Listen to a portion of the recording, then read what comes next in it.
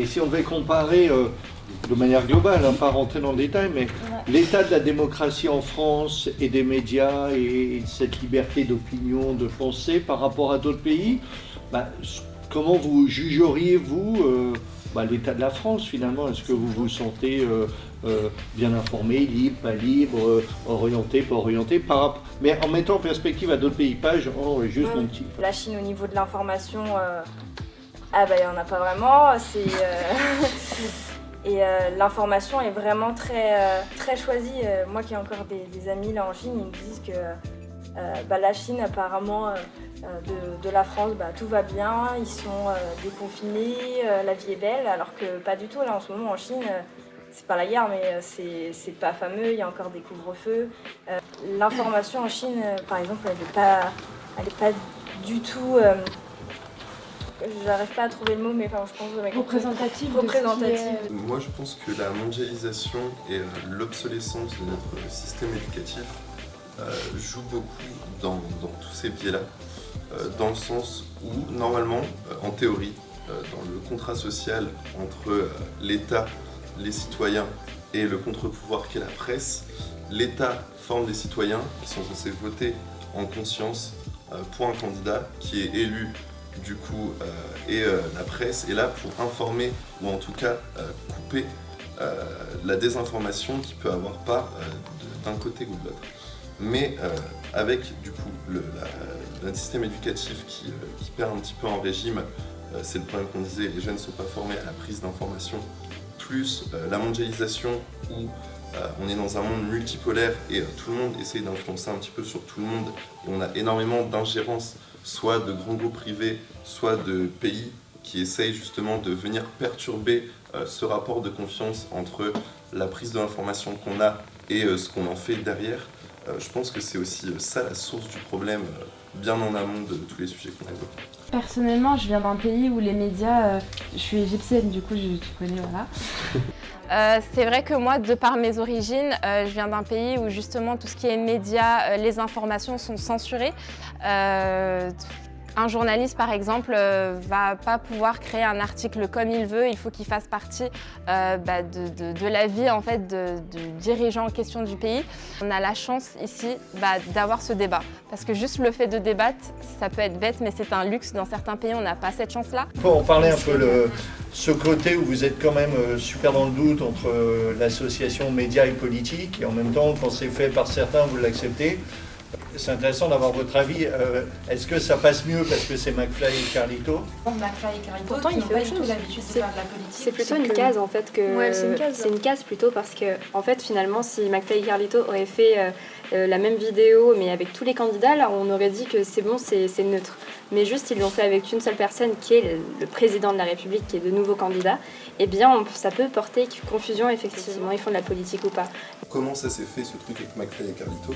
De base, c'est la chanson des gestes barrières qui a fait qu'ils ont dealé et que du coup le président est allé faire le vrai ou faux ou les anecdotes. Oui, les anecdotes. Mais le problème dans ce cas, c'est qu'ils n'arrivent pas avec du contenu, je dirais, informationnel. Ils sont vraiment plus dans le contenu de divertissement, de vouloir paraître cool. Enfin, moi, je l'associe plus au personal branding qu'au fait de vraiment venir délivrer une information à des jeunes qui ont besoin de savoir justement qu'est-ce qui va se passer pour l'avenir. Enfin, les jeunes là, 13 ans, 14 ans, ils sont sur TikTok, ils suivent les trends, ils se déshabillent sur les réseaux, ils comprennent pas que c'est pas bien. Il y a plus de barrières sur les réseaux sociaux. Et si on mélange réseaux sociaux avec politique, pour moi ça peut poser un problème, on peut ne pas faire la part des choses. Nous, je pense qu'on a un certain âge pour comprendre qu'il y a du divertissement, il y a des informations, qu'on fait la part entre les deux. Mais les jeunes, quand on regarde, parfois je tombais sur des TikTok qui mettaient en avant Emmanuel Macron parce qu'il est stylé ou je sais pas trop quoi. Et il y a des jeunes qui sont carrément flippants parce qu'ils se rendent pas compte en fait de la réalité et ils font pas la différence entre divertissement et information.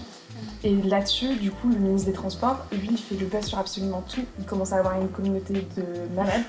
Et je pense que la différence se fait pas assez parfois entre... Il le voit comme un copain peut-être. Tout sur TikTok. Il le voit, je sais pas.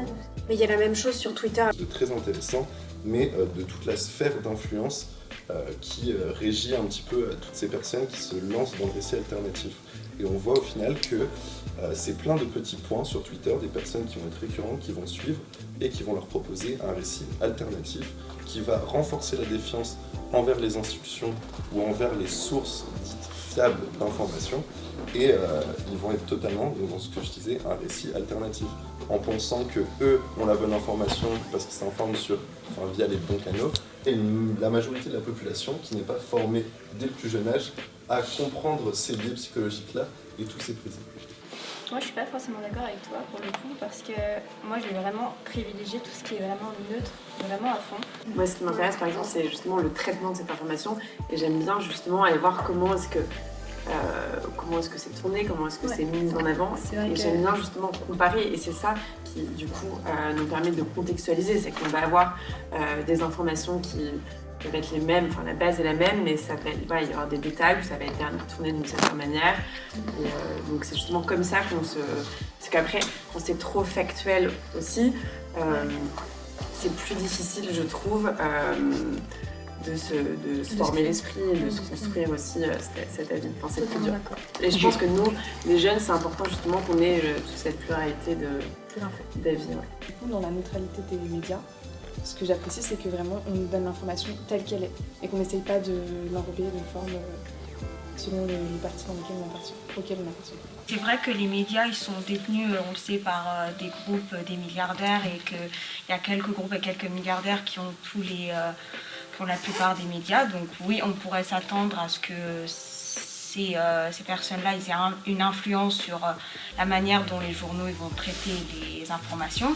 Donc là, il y a des gens qui sont sceptiques, mais pour moi, c'est exactement la même chose avec les influenceurs.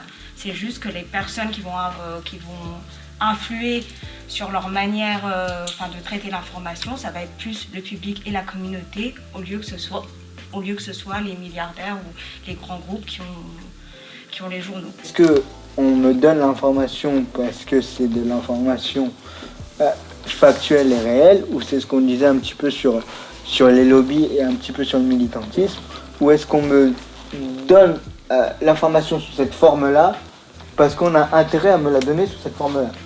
On a évoqué aussi pendant ces échanges le rapport entre médias, politique et démocratie. C'est vrai que les événements récents font prendre conscience que les médias sont, qu'on le veuille ou non, un vecteur de démocratie assez important, et qu'on a la chance d'avoir un paysage médiatique pluriel.